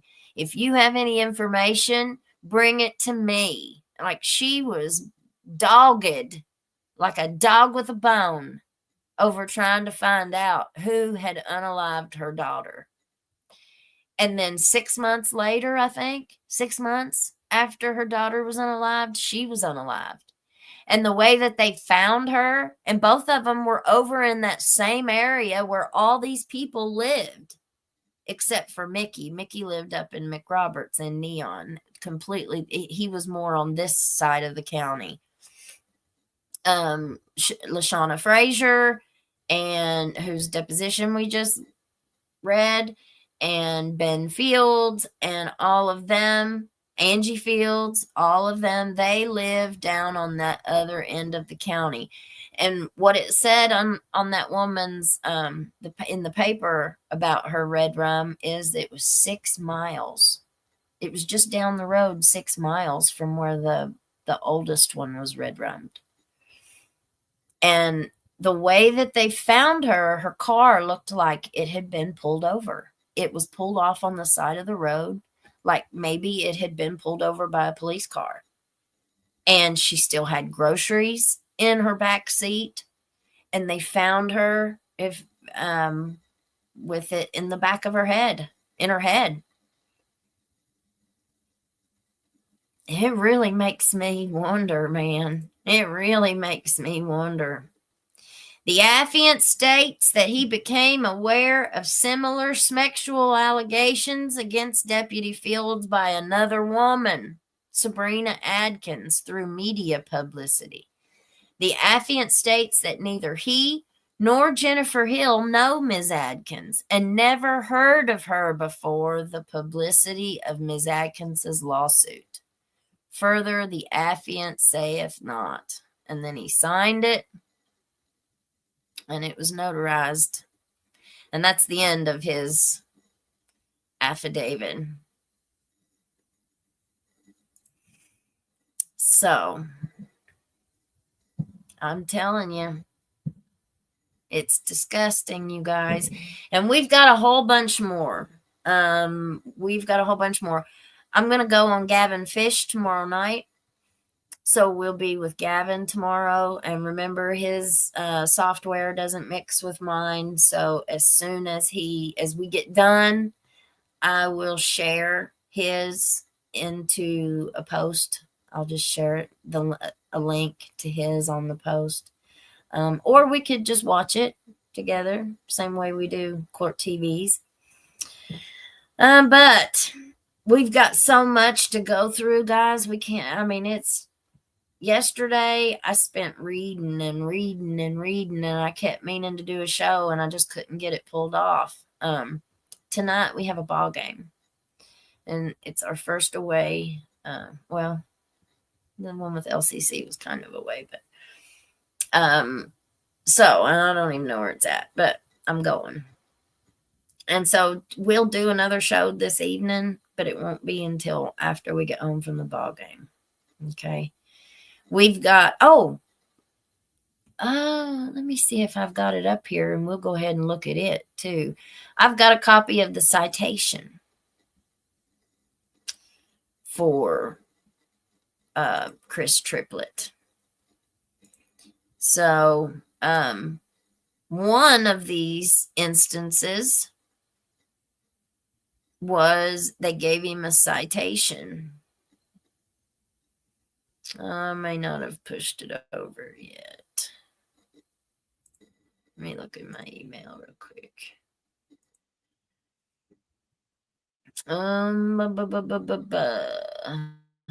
Yep, here it is. Let me pull it up. So this is a citation. There we go.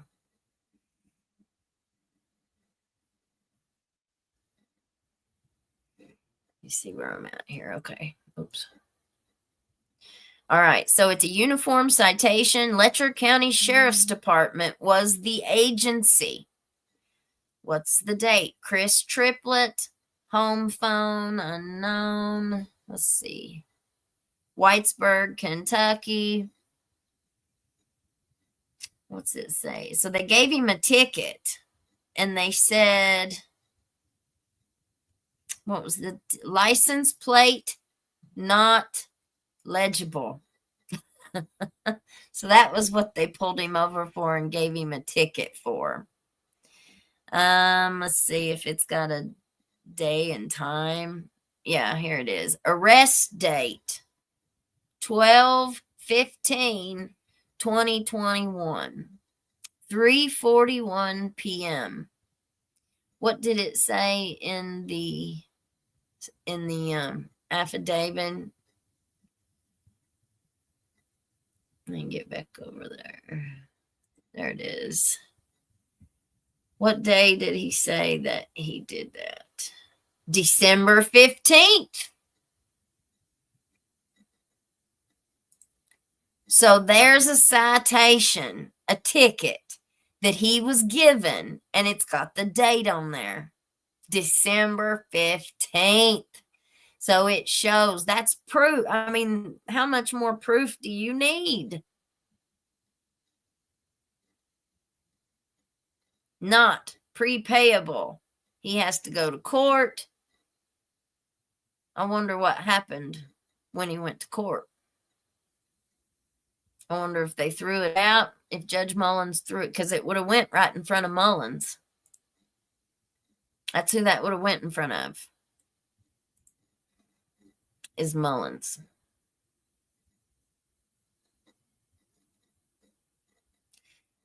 Yeah. Chris Triplett. How do you know it's a dude? Because he said that he's Jennifer Hill's boyfriend.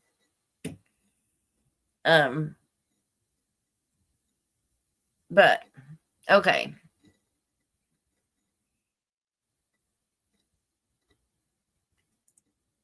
Are you going to name the wealthy Whitesburg businessman involved in this scandal? If you're talking about Patrick Little, we've done shows on it. I mean, he's done pled guilty. I ain't scared of naming nobody unless we don't have, some kind of corroboration. You know what I'm saying? You've got to be able to corroborate something in some way. And that's Patrick Little all day long, honey. We showed it all in other shows. But that doesn't necessarily have anything to do with this case. I mean, it was under Letcher County, and it was in the courthouse, and it just shows a pattern. It's just another case of SMEX abuse in this county that went unpunished. I mean, what punishment did he get other than socially? And even then, you don't hear nobody talk about that case because he was everybody's friend. He was my friend. Only until that came out. And still to this day, there have been zero details. Like, we don't know nothing on why he was arrested, why he was guilty. Like, we don't know anything other than the name of the charge. That's it. That's the only information that has been released on his case. And that's not normal. Like, we don't want the victim's information. We're not asking for victim information. Have a little common sense. We all know that you don't get underage minors' victims' information. But that doesn't mean that they also keep the details. Like, he was charged and indicted and pled guilty for his behavior on 2 minor children. 2. One under 12 and one under 16. Where's the punishment? He gets 5 years probation on work release and house arrest? I mean, that just blows my mind. All these pervos, pivos, pays, whatever you want to call them, guideline friendly. I mean, these women in these drug cases are getting harsher sentencing than these guys did. Ben Fields' uncle, Bill Meade. I found out a whole lot about his connections too. I was asking when we read that article. He was a fire chief. He's also convicted of messing with a 15-year-old child, 14-year-old child. Wasn't the first time accusations have been against him either. This is just the first ones that stuck, apparently. I'm telling you, blows me away. Anyway, all right, guys. We're going to go ahead and end this one, and we will pick it back up this evening after we get home from the ball game. All right. Let's see. We will read Patty's. I don't know if we'll read hers tonight where it's so long. We'll have to break it up into two like we did Mickey's probably. But we got other stuff we can go through too. All right, y'all. Well, y'all have a great evening. I will see you later. And peace out, Girl Scout. Oh, wait a minute. Let me do this first. Dave H. Thank you. Helena, Hillbilly Crime, you're awesome and down to earth. I appreciate the realness you bring to your channel. Well, thank you, Miss Helena, honey. I was about to get on here really real. I thought I still had my hair in my little messy buns on my head. I slept with them last night. Still had my makeup on last night. And I looked in the mirror and I thought, well, I'm okay. I could go home. I about gave you a real. I was like, no, I can't do that. I enjoy you saying the holler when I was 5 and younger. I lived in a holler in Kingwood, West Virginia. Yeah, that's all you got around here's hollers. Late, so I'm hitting the rewind. Congrats on 12,000, girl. Love watching you grow like a weed. Amen, honey. Thank you. I appreciate it. This girl, I tune in for the awesome theme song and content. Keep up the excellent work. Thank you. All right, guys. We'll see you this evening. Stay blessed. Bye. You can't hide from hillbilly crime. You can't hide from hillbilly crime. You can't hide from hillbilly crime. You may not know that there's a crew in town. The head hillbillies are making their rounds. Small town whispers loud and clear. The sheriff shot the judge in his chambers chair. Sheriff got a secret he won't keep. Judge shot dead in his disbelief. A lot of people have some stories to tell. Dark pass away, get the sound of a shotgun shell. All the secrets spill on down. Voices loud in this old town. From the courthouse to the ground. Rumors fly and they can't be bound. Neighbors hide behind their blinds. Whisper tales of troubled minds. Skeletons covering the mountainside. A treacherous reality in the pines. Winter reveals the hidden lies. Moonlight couldn't mask the cries. Shadows caught in sunlit skies. There's no cover.